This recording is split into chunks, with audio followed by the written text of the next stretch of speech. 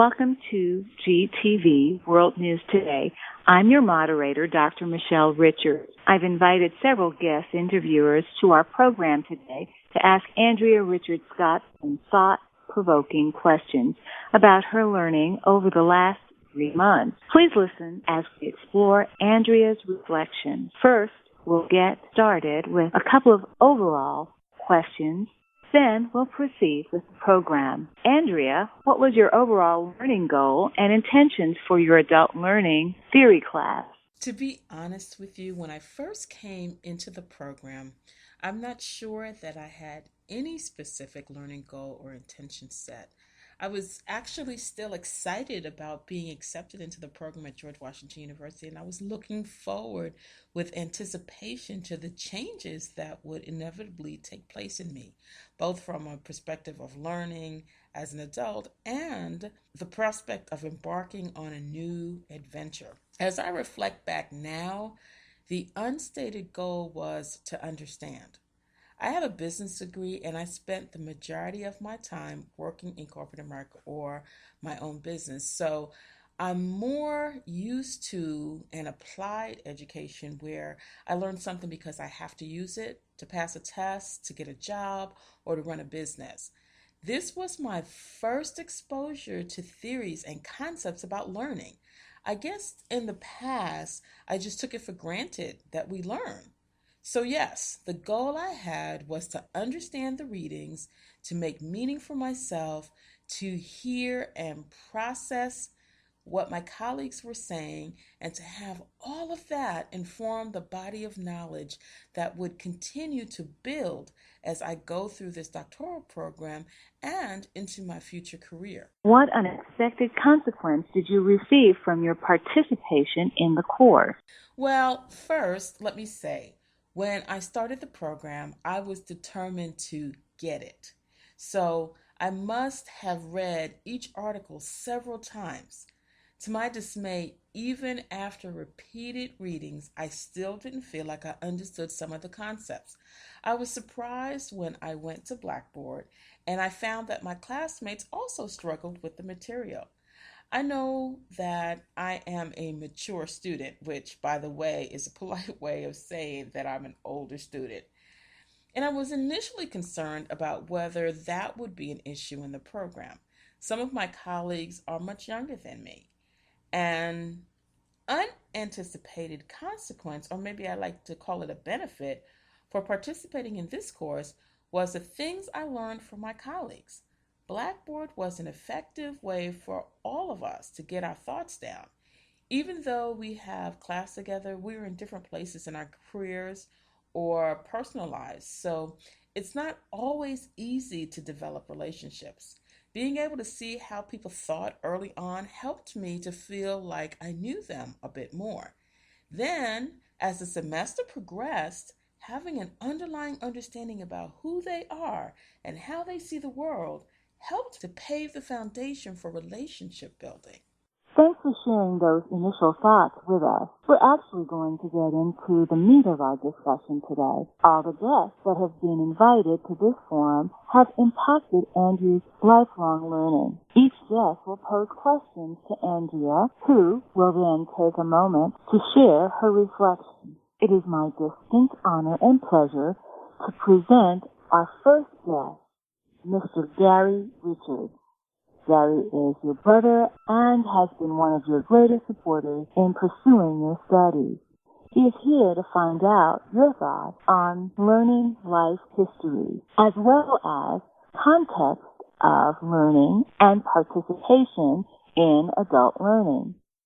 Gary, what would you like to ask Andrea? Andrea, I'm very interested in learning more about your thoughts on learning journals and educational biographies. My initial thought about a learning journal is that it's a great idea. However, I wonder how practical it would be. I used journals in the past for a variety of reasons. However, I've never been able to stick with it. I start off with good intentions and I write things down for a few weeks and then I completely forget to go back to them. The longest period of journaling for me was when I kept a prayer journal. I think the difference with that was the discipline and rigor I used. I wrote in the journal consistently upon waking. Having a regimen helps me to keep faithful to my commitments. I guess the same type of discipline is required to keep a learning journal. I think a learning journal for this doctoral program is an excellent idea. I'm concerned with consistency though. I noticed as the semester went on and as the requirements for each course increased, it was more difficult to remain consistent. What I learned about myself with regard to writing in a journal is that it has to become part of my routine.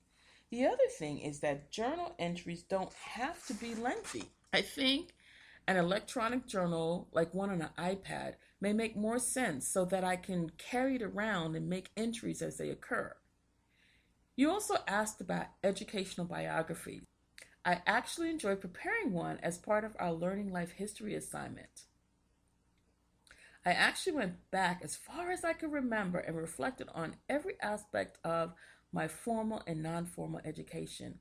I learned a lot about me through that reflection, such as Anna Seneth, a self made entrepreneur with no formal education, was actually my role model for going into business.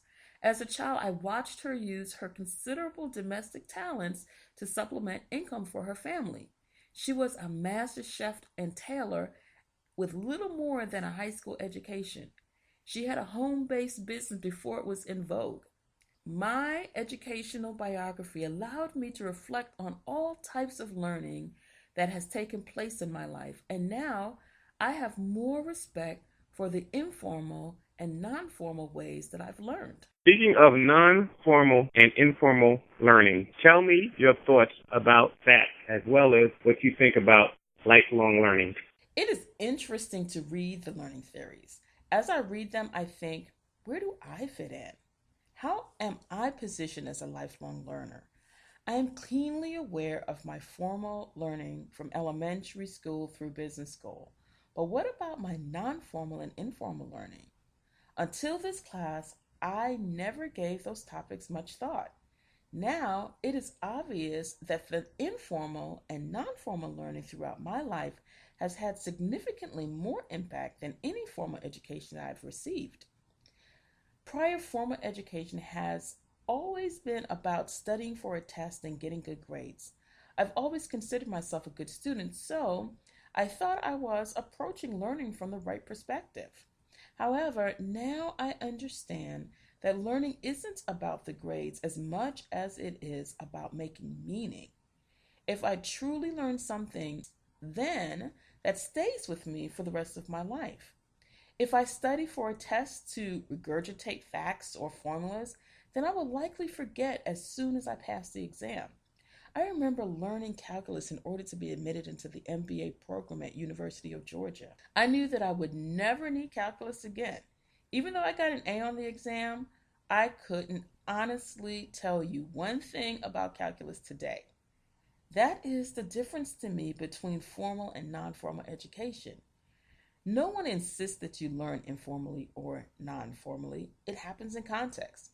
It happens as a result of experiences and interactions. It happens naturally during the course of life. Learning in this manner becomes tacit. As for lifelong learning, I believe that as long as we're living, we're learning. It is interesting that formal education is no more valid than informal, non formal education. Life has so many lessons to share. Some of them we embrace and some we don't. Both the negative and positive lessons are valuable because through reflection, we are able to learn something from them. Even prior to returning to school, I always sought out ways to learn. Most of the time, since graduate school, has been focused on self directed learning. I knew what I was interested in and I pursued knowledge in those areas. Did anything stand out for you during the first weeks of Dr. Check's class? Yes, it's funny that you should ask that. As I mentioned, when I started the program, I have to admit I felt a bit lost in the reading. I remember we were given an article to critique, exploring the relationship between learning and leadership. I read the article over and over again, and I couldn't find the components that we were supposed to identify. Then I started to force fit the article into the components. After all, this was a peer-reviewed, published article. Surely they knew more than me, a first semester doc student. The eye opener for me was after our group struggled with the same task, Dr. Che revealed that the article was poorly done and components were missing. I learned that it's very important not to second guess myself. This is a difficult lesson that I continue to learn. I also learned that I feel challenged when dealing with ambiguity. As a new doctoral student, I felt that I didn't know the correct way to do certain things, so I felt as if I needed to get up to speed. However, after a semester, I realized that for adult learning, there is a certain amount of ambiguity built into the process. As an adult learner, the expectation is for me to be responsible for my learning, making meaning of ambiguous concepts, and to be self directed. This is a significant departure from the way I have learned in the past, and yet I enjoy it so much. This course feels like a discussion group rather than school. My colleagues and I, with the aid of Dr. Che, make meaning of the learning theories together. I feel that I've learned so much more from being able to read concepts, write about them on Blackboard, see what others have to say, and discuss them in class. Thank you, Sherry and Dr. Andrea, for sharing your thoughts with our audience. Our next special guest will talk with you about your learning life history. Who better to do that than your mother, Mrs. Linda Richards? Thank you, Michelle. I have questions for you, Andrea, about the Learning Life History project that you did during the second week of the course. I heard you mention that you learned a lot about yourself and that you began to understand why you had an affinity for business. What else did you take away from that experience? I actually allowed myself to have fun with that project. I wanted to spend some time recalling all the things that impacted me as a learner. If you don't mind, I'm going to share some of those key things with you now. The first thing that came up for me was my background and heritage. As a Jamaican born into a family of a school teacher, Aunt Ethelyn, who was the family matriarch, education was always a priority for our family. Aunt Ethelyn educated us on how to be proper ladies and gentlemen. She was one of the most dignified women I've ever met. For her, everything was about decorum. I still remember tables set with fine china and silverware. I still remember eating soft boiled eggs from a tiny little cup with a tiny little spoon.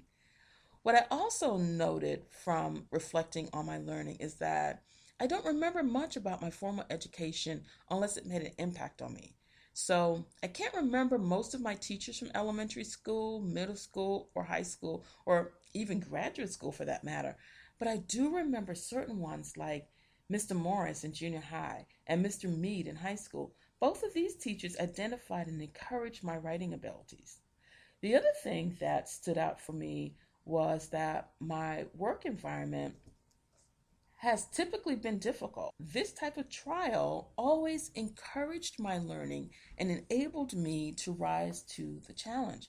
Even though the task may be difficult, I have been able to look back and really appreciate how much I learned from individuals who were unwilling to compromise quality and excellence. I'll probably talk about this more later, but another thing that stood out to me was how much I learned from adversity. So many things happen to us through the course of our lives. While we are going through the event, it can be devastating.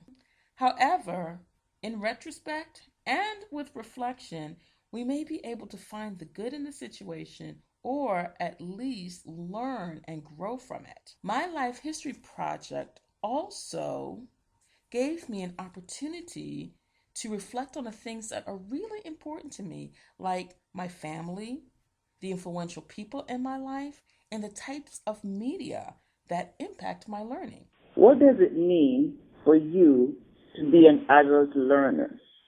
Learning as an adult has its pros and cons. One pro is that I am learning because I'm truly interested in a topic. I no longer have to take courses just because they are academic requirements that are dictated by the government or the powers that be. While there are requirements for this program, it is my chosen field and it is empowering to have choice. Another pro is that even at my age, there is plenty of room for growth, and I'm looking forward to elevating my thinking to the next level. However, a challenge, or a con, if you will, is that I've been out of school for a long time. It will take some adjustments to get back into the swing of things. Not so much the amount of time devoted to study, but rather getting my brain to process information in a particular way. Reading for enjoyment or to create a program is very different than reading for research purposes. The good news is that my mind is malleable, so soon this will be second nature. What are the differences between learning experience in childhood and learning experience in adulthood? I've always been a good student and I've always enjoyed learning. Even when I'm not required to study, I always seek new information. The difference for me between adult learning and childhood learning is that motivation in childhood learning was more stick rather than carrot. Education in this country is mandatory for children. Therefore, there is the thought that someone is making me go to school. At this level, adult education, I want to be here. The motivation to learn creates a much better learning environment. Not only do I get to learn from the texts, research, and professors, but I also get to learn from my peers. What have been strong learning episodes or periods in your life? Outside of my academic experience, I would put any time I've experienced adversity right at the top of the list. For example, my divorce, the near death of my daughter, or the loss of a job. These experiences caused me to learn new ways of being. I would also put regular everyday learning on that list because each time I learn something new, I grow a little more.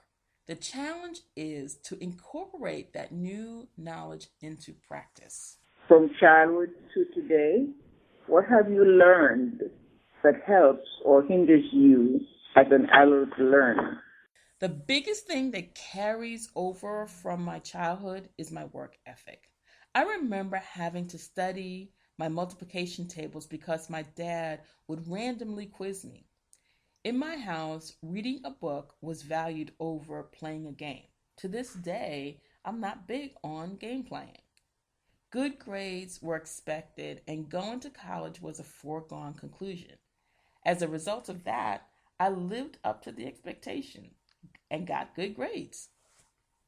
I did so to meet my own goals, not just my parents.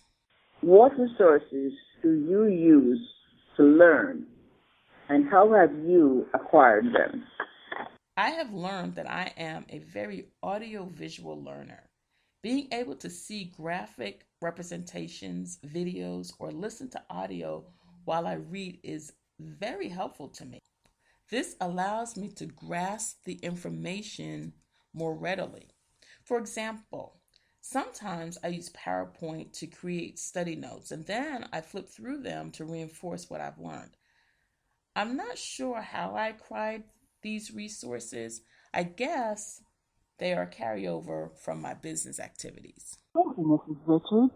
Next, we have Marilyn Evans Samp, your sister, who also recently returned to school to pursue her dream of becoming a nurse.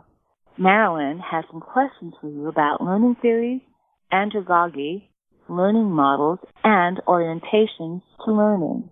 I am also an adult learner, so this makes me wonder, Andrea, which learning orientation did you resonate with? I think I saw little pieces of myself in each of the learning orientations. For example, I tend to see myself as a results-oriented person, so behaviorists such as Pavlov, reinforcement conditions, stimulus, and extension, Skinner, operant conditioning, and Thorndike, stimuli response, resonated a bit. In taking a look at the adult learning that is manifested from the behaviorist orientation, accountability, performance improvement, skill development, human resource development, and training, I'm confident that this is where I was prior to joining the doctoral program. But after reflecting on the materials and realizing that the stimulus for this type of learning comes from external sources, I had to revisit the theories.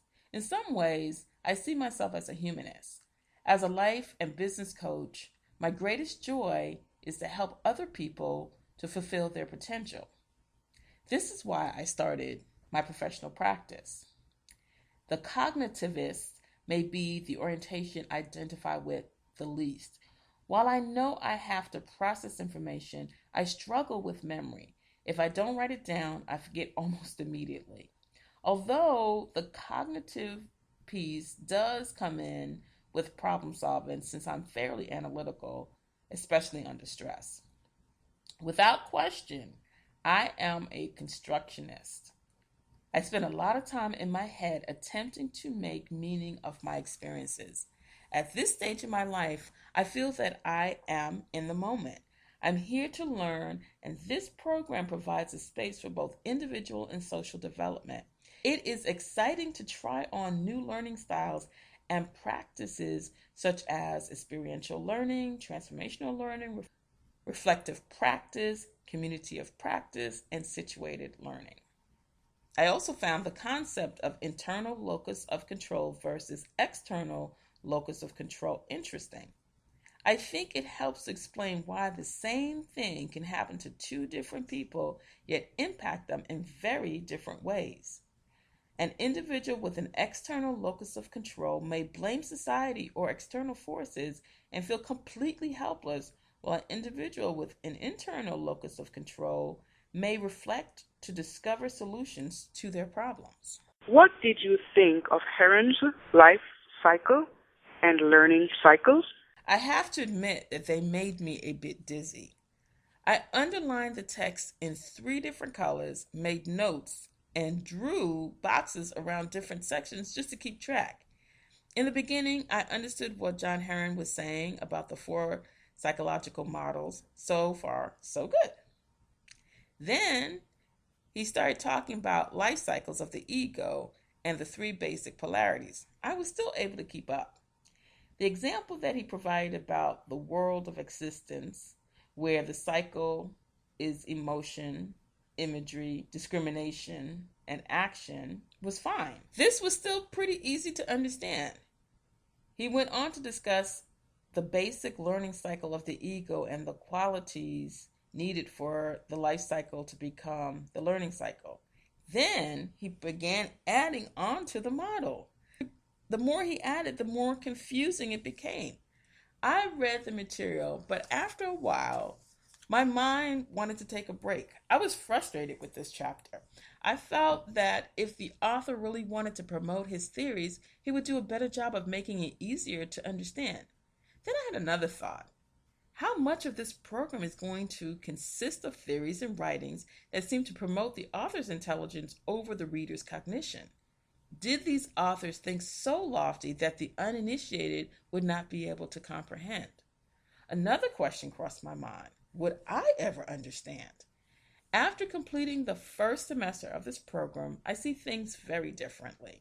I still think materials like Heron's is complex and difficult to understand, but I also realize that we make meaning of the content. I am able to pull the pieces of the material that connects to some existing knowledge and anchor it there.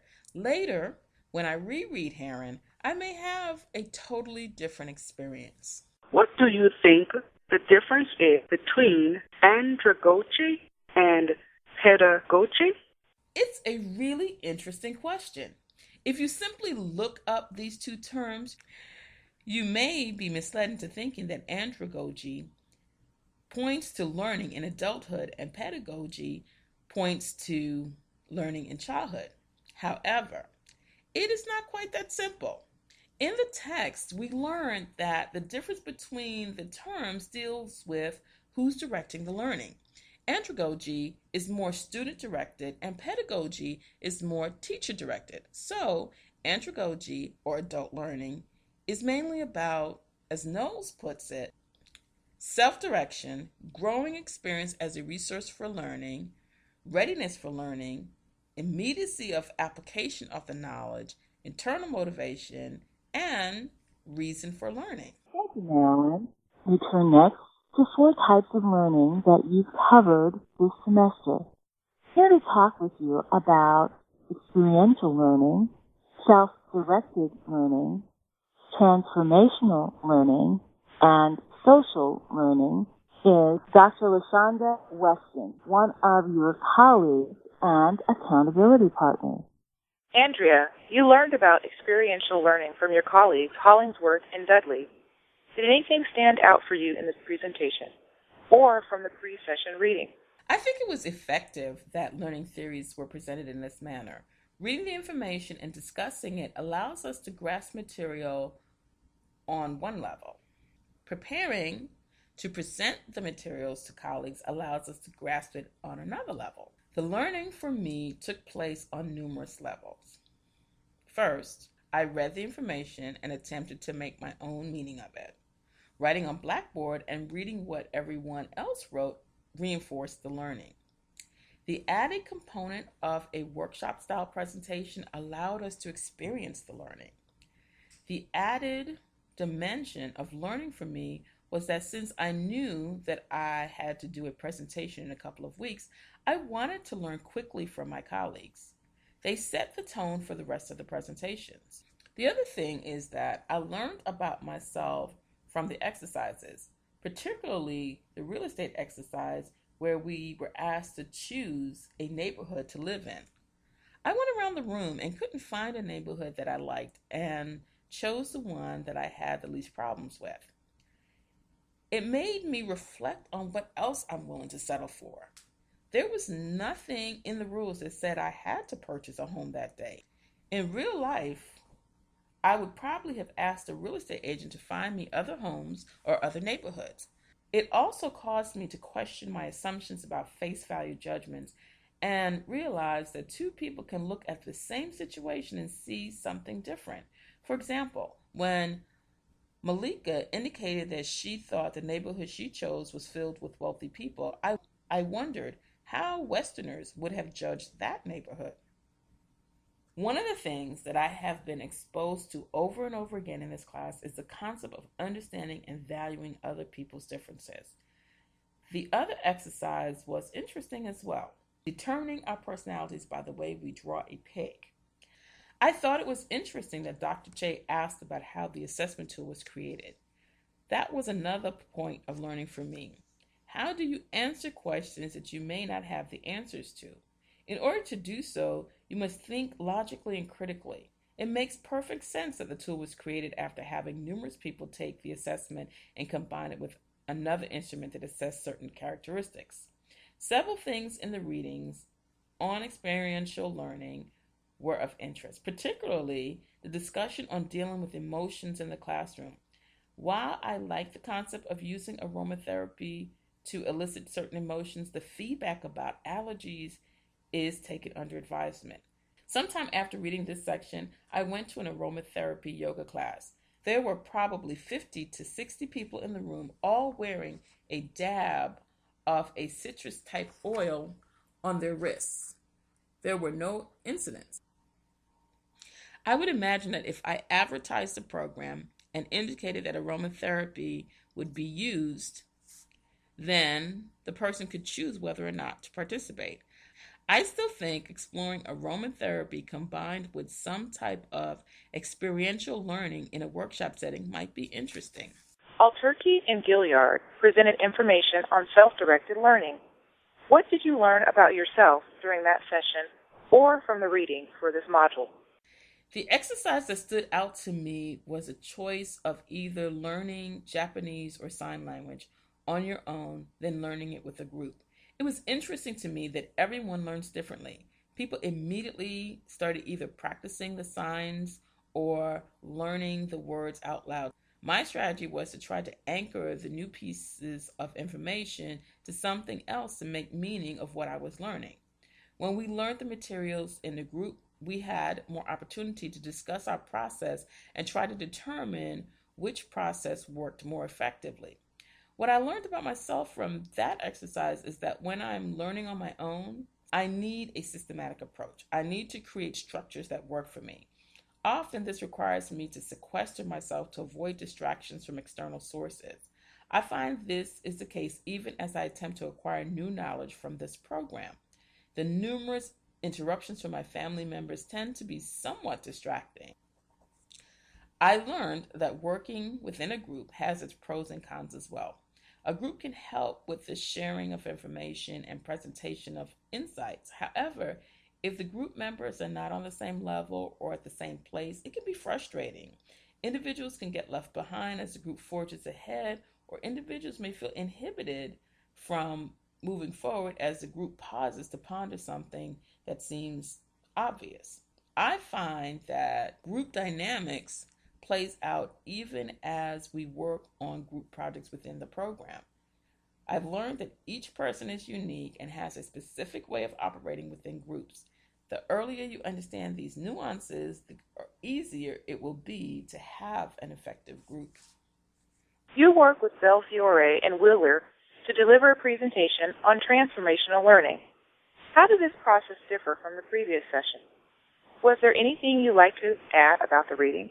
The process was significantly different for this session because we were responsible for presenting the materials. In previous weeks, we simply had to read the materials, post on Blackboard, and come prepared to participate in a discussion. This week, we had one added dimension, presenting what we learned about the topic. It was fairly easy for us to come together to develop the materials. We chose to use a PowerPoint presentation and a case study to convey the materials to the class. In retrospect, I would have considered another medium than PowerPoint. In reflecting on action, I'm reminded that Dr. Che said that once you put something in PowerPoint, it concretizes it and stops the flow of the discussion. Putting Mesereau's theory into a model may have been capricious since there are numerous ways it could have been depicted. Since it's nearly impossible for us to role play or give an exercise that would effectively depict transformational learning, I think the case study was ideal. The transformational experience that Darren expressed seemed to be felt vicariously. I did quite a bit of reading on transformational learning to prepare for the presentation, but the one thing that stood out to me the most was the disorienting dilemma. I've mentioned it before. My disoriented dilemma was my divorce. It took me 2 full years to feel like myself again. During those 2 years, I walked around in a fog. I wore a mask. I managed my life, but on the inside, I was broken. That disorienting dilemma began the process of transforming me. In fact, when the fog lifted, I was a completely different person. So much so that people made comments about it. In some ways, I became more guarded, but in other ways, I became more open, especially to helping other people navigate difficulties in their lives. Kielsen, Lackritz, and Parchment did a presentation on social learning. What did you take away from that module? This was an interesting week for me. The class was held on Halloween, so the theme for the readings and the theme for the class had a decidedly Halloween theme. I've heard several people say that Halloween is their favorite holiday. I must admit, it's not mine. I keep thinking that this is the only holiday on the calendar where people deliberately try to hurt little children with tainted candy. I also struggled with the reading material that seemed to be so divergent from my belief system. But one of the things that I absolutely love about this class and this program is that it gives me an opportunity to suspend judgment and truly learn. Prior to reading about marginalized communities of practice, I had no frame of reference about their beliefs or practices.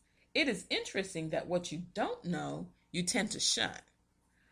It was interesting to learn about different communities and belief systems. I'm reminded again about what Dr. Chaz said about moving towards understanding. In some cases, I don't know if I will ever get to total acceptance, nor do I think I have to, but it is important to realize that everyone is equal and no one should be marginalized because of what they believe, value, or practice. The other aspect of social learning that was interesting to me is the fact that we are all in communities of practices of some sort. I like to think of my 15-year book club as one such community of practice. It has specific rules of engagement and initiation for entrance into the group.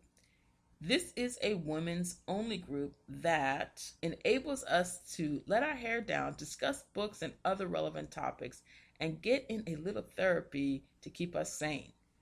There is something very special about women nurturing women. We've shared weddings and divorces, births and funerals, sickness and health, and a host of other noteworthy life events. I believe this group's sister circle truly qualifies as a community of practice that provides numerous learning opportunities for me. Thank you, Lasanda. Andrea, you've learned quite a bit this semester, but we're not done with you yet. We've talked about learning from a Western perspective. Here to guide the discussion about learning and knowing from a non-Western perspective is Lori Roddick, owner of the Bibo Group and one of your business colleagues. Welcome, Lori. Thank you, Michelle. Andrea, I'd like to ask you to think about what you've learned about embodied spiritual and narrative learning. What stands out in your mind? The discussion on spirituality was surprisingly refreshing. I approach spirituality from a Christian perspective, and yet I realize that many people do not. Therefore, sometimes it is difficult for me to embrace an alternate view. It was interesting to me that the Western culture seems to downplay the importance of spirituality while the non-Westerners do not. This is especially strange to me since the United States was originally founded on Christian principles. The other aspect that were interesting to me about the topic of non-Western perspective is the fact that some of the non-Western characteristics really resonate with me. For example, collaboration over competition, storytelling versus writing, interdependence versus independence, informal versus formal, communal versus isolated, holistic versus cognitive, and spiritual versus secular. Reading the information in this module made me long for a different type of education. I fantasized about going to live in another country where I could be immersed in a different culture, if only for a little while. I'm happy and satisfied with the Western education I received, but I can't help thinking how amazing it would be to merge the cultures. I would love to tell stories and write books. I would love to try out an interdependent community where learning isn't quite as formal. Thank you, Lori. Please stay with us as we close out the program. But first, we must take a look at adult development, learning and cognitive development in adulthood. Lori, please continue to inquire of Andrea about what she learned about intelligence and aging, memory, cognition, and the brain. What have you learned about identity development? The thing that struck me the most about identity development is how fragile it is. So many things can happen at the point where young people are forming their self-image. What happens if they don't have loving, caring people in their lives? I know this is a difficult time for young people because they are transitioning from being a child to being a responsible adult, yet they don't have all the answers. What happens as they try to figure it out could determine how they're going to spend the rest of their lives. I think this is one of the reasons that I'm so overprotective with my daughter. Yet I understand at the end of the day, I can only try to instill good values and then trust that she remembers everything that I've taught her. What about aging and learning in adulthood? Do you have any thoughts to share? I had a bittersweet reaction to the discussion about the aging process and learning. On the one hand, it is daunting to see the negative effects or the reversal of cognitive functioning. For example, the text states acquisition of information may become more difficult because the rate at which working memory processes information seems to be slower with age. On the other hand, I want to say, aha, see, it isn't my imagination. I understand as a mature student, I must make allowances for this in the systems and practices that I implement. However, the benefit to being a mature learner is that I have a greater experiential base for linking the learning. So, what mature learners miss quantitatively, they make up for qualitatively. Thank you, Lori. Andrea, you had a couple of guest speakers that I understand made an impact on your learning this semester. Dr. Chris Gubbins and Dr. Carol Horay. Do you have any thoughts to share about their presentations? Yes, just a brief statement about each of the presentations. I was thoroughly impressed that we got an opportunity to hear from a Fulbright scholar and got a peek into the ongoing research. She seemed passionate about her work, and it gave me another opportunity to think about what I want to do with my degree. It was great to see some of the theories that we've discussed actually being used in real-world situations, specifically the concepts of espoused theories versus theories in use. Dr. Gubbins provided a glimpse of what it could be like to be a successful researcher. Dr. Horay was clearly a seasoned professional. It was interesting to me that a person would choose to follow one theorist's work. Her story about sitting for hours combing through Erickson's work made me wonder if I would ever be that interested and passionate about any one theorist. It also made me wonder if something will strike me or if I have to conjure up a topic for my dissertation. Is it a matter of finding a dissertation topic in order to satisfy the requirements of the program, or am I going to really find a topic that I'm interested in pursuing for the rest of my career? I want to thank you, Andrea, for sharing your insights as well as all of our guest interviews who participated in the program. Andrea, would you like to share any last thoughts? I'd like to close with this thought. People choose to pursue learning in adulthood for a variety of reasons, in a variety of ways. Some of the learning that takes place is formal. However, most of it is informal, non-formal, or self-directed. While I am in a formal educational program, I'm also in an adult learning environment that uses the principles of andragogy to deliver the experience. When I first started the program, it felt like a lot of sitting around and talking. Now I know that this informal learning method actually is a process called self-directed learning, which requires a keen ability to practice reflective thinking and to engage in discourse with others. Thank you, Michelle, for moderating this program, and thank you to all the guest interviewers who took time to appear on the program. This is Dr. Michelle Richards of GTV World News Today, thanking you for joining us as we discuss learning with Andrea Richards Scott. Have a good day.